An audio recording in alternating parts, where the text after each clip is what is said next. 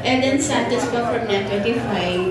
Tanong ko lang po, under what political party are you running po? Or are you running independent?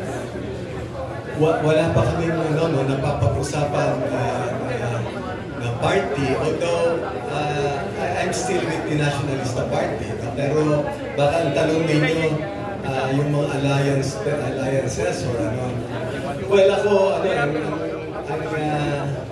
tinututukan ko ngayon, no, yung pangangailangan, kung ano yung mga ng sambayan ng Pilipino, kung ano ba yung gusto nila, ano ba yung pwedeng maitulong natin sa kanila. So, yung mga alliances, hindi ko pa darating siguro yan. Pero definitely, doon tayo sasama, doon sa mga tao na may parehas ng values natin, at vision para sa bansa. Open po ba kayo na maki-alyansa sa partido ni Pangulong Ferdinand Marcos Jr.?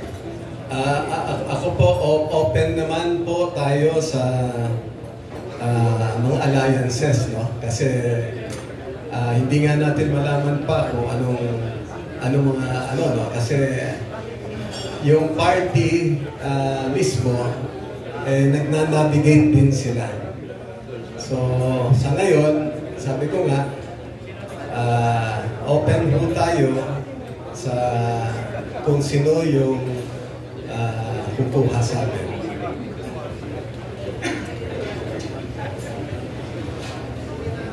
Magandang umaga po sa inyo lahat. Magandang umaga po, Mr. Senador. Jimmy Mendoza po from DCAR, SNA Radio. Sir, tanong ko lang po, kasi nagaling kayo sa mababang rango at na dumating po kayo sa mahirap na mga operasyon sa kabundukan. Nakita nyo rin po kung paano naghihirap yung mga sundalo natin na maliliit ang rango. Sakali po po kayo sa Senado, anong tulong ang may bibigay nyo sa mga sundalo natin hanggang ngayon nakikipaglaban sa mga NPA, PPNPA? So, umulan umaraw, nandyan sila. Sira yung bota, yung uniforme, lahat. Marami na pong pinangako sa kanila, pero mukhang hindi na po napapansin yung mga sundalo natin na maliliit ang rango. At tama ho yung nyo, no? Yung obserbasyon na ganyan, pero sa atin na tayo kakilala naman tayo na nanindigan para sa kasundaluhan ng araw. Sabi nga nila na hindi man tayo nagpabaya. At kung tayo pala rin, no, sa Senado, siyempre pag sinabi mong i-modernize natin yung armed forces, hindi lang naman yung mga equipment nila, yung gamit, kundi pati yung moral nila, pati yung pangangailangan nila, dapat i-modernize mo rin. Balik po ako, Sir Kerwin. Tanong ko lang po yung, ano po yung take nyo or stand nyo dun sa WPS? Ano po masasabi ninyo, paano i-handle ng ating government yung sitwasyon doon? At kanina po nabanggit din naman yung POGO. Are you for total banning po ng POGO dito sa Pilipinas? Thank you. Yung sa unang katanungan nyo, yung West Philippine Sea. Yung West Philippine Sea kasi hindi naman overnight yung naging hindi man nangyari yan na overnight. It took several years, no? Para sabihin mo na iayos mo, hindi rin agad na pwede mo maiayos yan. Kasi sa akin, no, sa pananaw ko, yung problema cannot be solved militarily. Hindi rin pwede na masolba ito ng gaya na nagpapakalat na gera. Walang may gusto ng gera. At wala pa rin gaganda na paraan kundi sa diplomasya. Marami hong ginagawa sila ngayon na para iayos ito, no? Pero yung pakikipaggera, wala ho yan na no? Pero sabi nga nila, tayo rin, dahil when push comes to shove, dapat handa tayo na depensahan ang sarili natin. yung Pogo, ang sabi ko nga ho, nung araw ng kalayaan, sabi ko, magandang araw ng kalayaan at sana makalaya na rin tayo sa Pogo.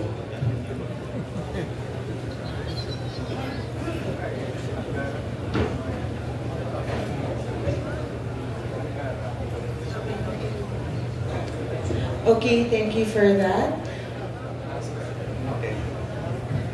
Colonel Kerwin, magandang tanghali po. Si Jeffrey po, Balsa, Chairman po ng OFW Advocates sa buong Middle East, sa buong mundo. Napakarami po naming problema ngayon about sa balikbayan boxes to inform to all, sa media, at sa lahat ng mga tao.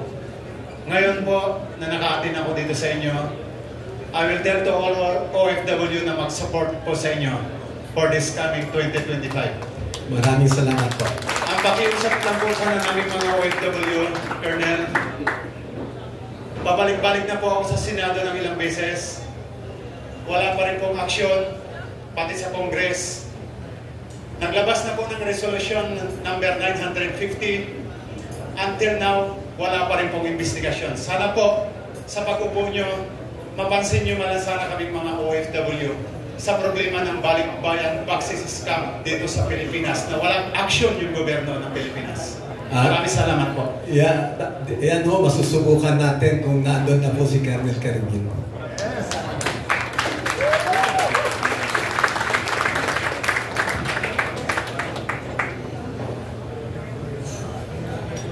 Good afternoon, Colonel. Maganda.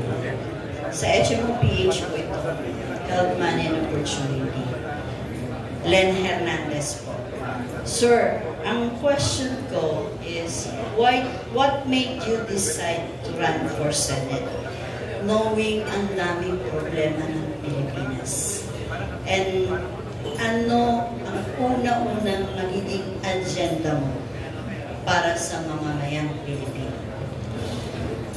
Ano po yun, no? Marami ho nagsasabi niyan na bakit nga raw po tayo tatakbo. Ano po, no? Sabihin na natin, nasa comfort zone po ako ngayon. Pero handa po akong iwan itong comfort zone na to kasi ho, nakikita ko yung ang laking problema natin ng ating bansa, no? Yan lang sa West Philippine Sea.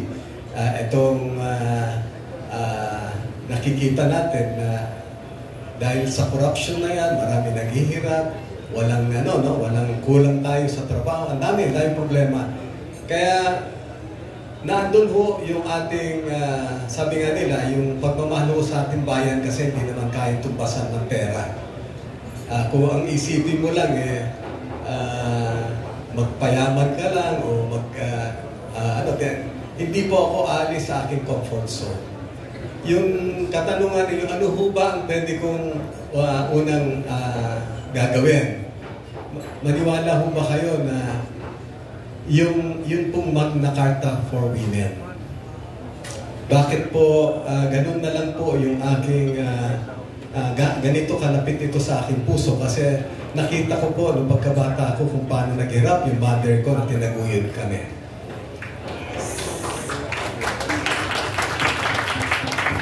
Lalo nakita ko rin po yung aking may bahay, yung mahal ko na may bahay, kung paano po niya pinaghirapan na itaguyod din yung mga anak ko habang wala ako, na palagi ho ako nasa gera. Nakita ko kung paano kahirap, paano yung dinaanan nila. Mas lalo na po yung mga namatay, yung mga tao ko na namatay, yung mga misis ho nila nagsuffer talaga, no? Kaya yun po yung aking malapit sa na isulong, Magna Carta for Women. Ang sunod ho dun siguro, sabi ko nga, bakit kaya ang dami naman scholars, no? May scholar si Mayor, may scholar si Senator, may scholar si Congressman. Ang daming mga scholar, bakit hindi na lang yung panganay ng pamilya ang gawin nating scholar? Bawat pamilya may scholar. Kasi sa kultura nating mga Pilipino, yung kasing panganay, no? doon natin inaasa lahat na manghihila sa atin sa kahirapan. Kasi sabi nga nila, ang education pa rin is the great equalizer. Sunod din, nakita ko dun sa mesa namin kanina, mga senior citizens, sana ho, libre na sila sa hospital. Yung hospitalization ba? Kasi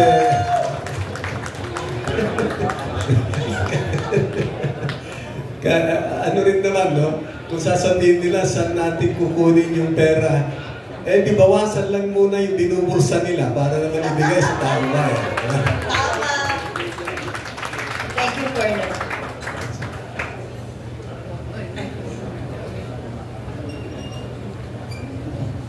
Morning po, Senator Hero Brigado from Radyo Pilipinas. Sir, alam naman natin ang backbone natin is agriculture. Matagal hong napabayaan yan. Natinig ko binanggit nyo yung Magna Carta for Women. Matagal na ako nakita ng Magna Carta for agricultural workers. Kasi tingin ko kailangan mo talaga yun. Anong plan niya na yun? Well, buti nabanggit mo, hindi sasama natin yan. Pag-aaralan natin, no? Kasi sa pag-iikot namin, napansin lang namin, no, na malaki talaga yung problema rin sa agrikultura, no.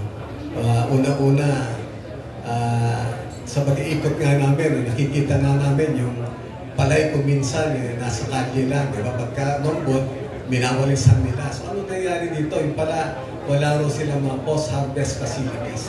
So marami talagang problema dyan na dapat matutukan natin at iayos. No? Kasi sir, sabi nga, kung magkakaroon ng pinaka-Biblia, yung Magna Carta, kahit sinong presidente umupo, kakampi po, titindig yun eh. Ang agrikultura hindi maapektuhan eh. Tama ho kayo. Yeah. Thank you, sir. So, may tanong pa po ba?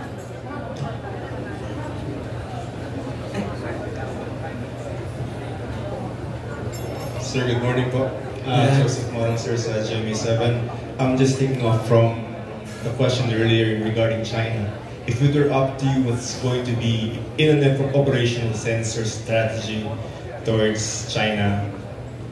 Well, sabi ko nga, no, kasi sa totoo lang, no, sa aking experience diyan, kasi dati po akong naging operations officer ng Western Command. And ang dami kong pwede ikwento pero hahaba dito yung no.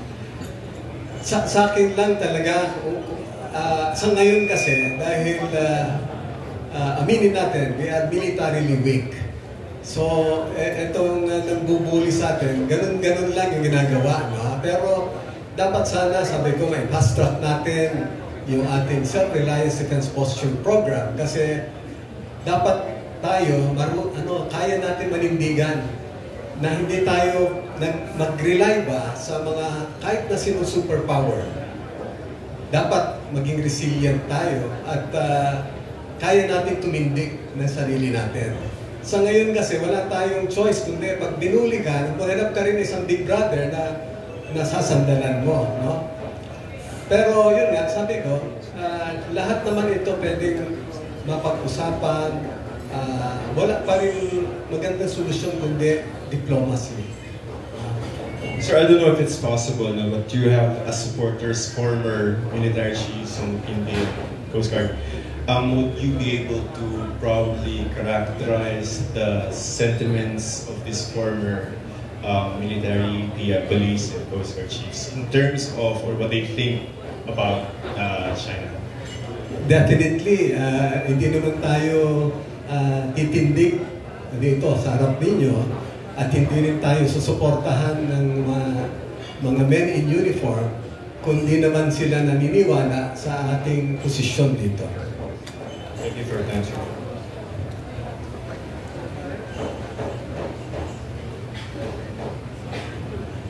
Okay, Gusta, pwede ba akong mag-make statement sa'yo?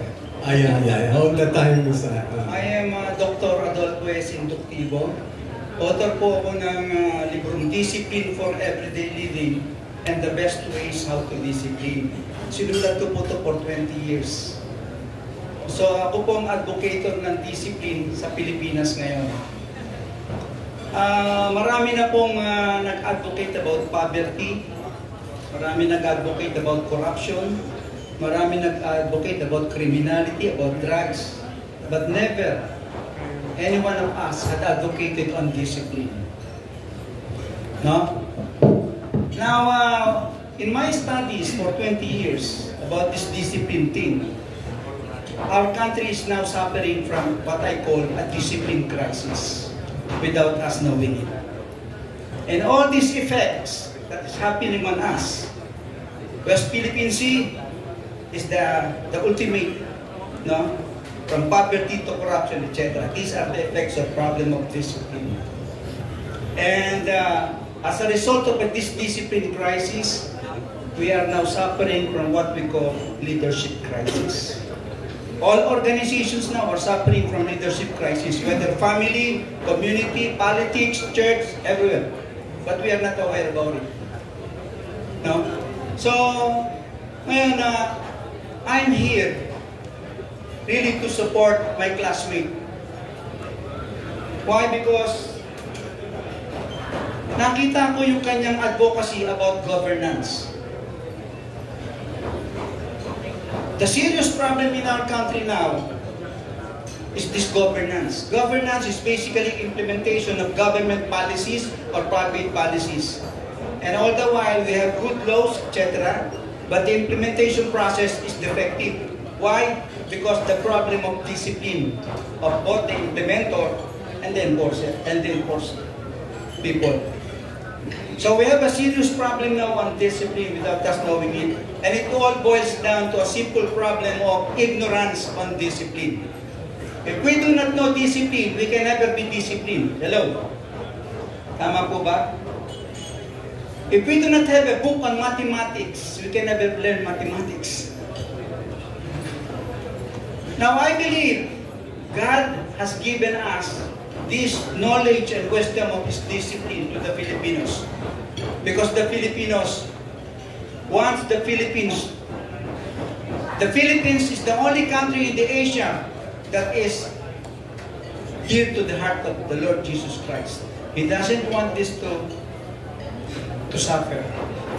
And ako sumusuporta ako kay Ariel because he is so talking about governance. And the serious problem of our country is basically governance. No? Governance. And nobody among senatorial candidates now are advocating that except Ariel Kerubin. And I strongly believe that if he can complement it with discipline, with discipline, it will be a sure win as a cause for his candidacy as a senator.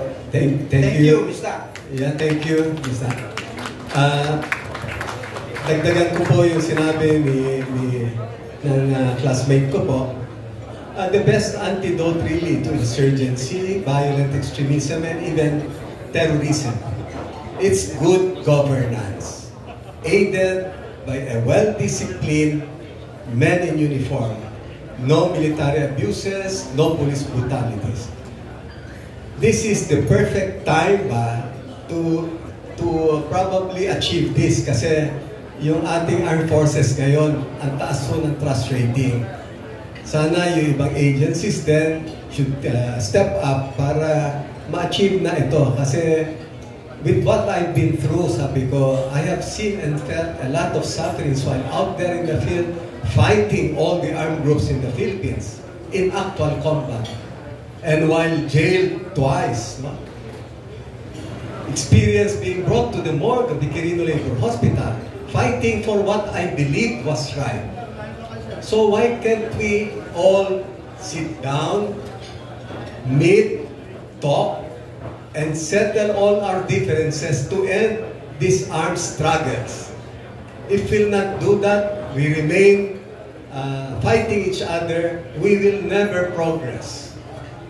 So dapat talaga mag-unite tayo para mag-progreso tayo. No? Tama ho yung sabi nung classmate ko dahil sabi niya, disiplina, di ba? Sa ikaunlad ng bayan, disiplina ang kailangan. Next question.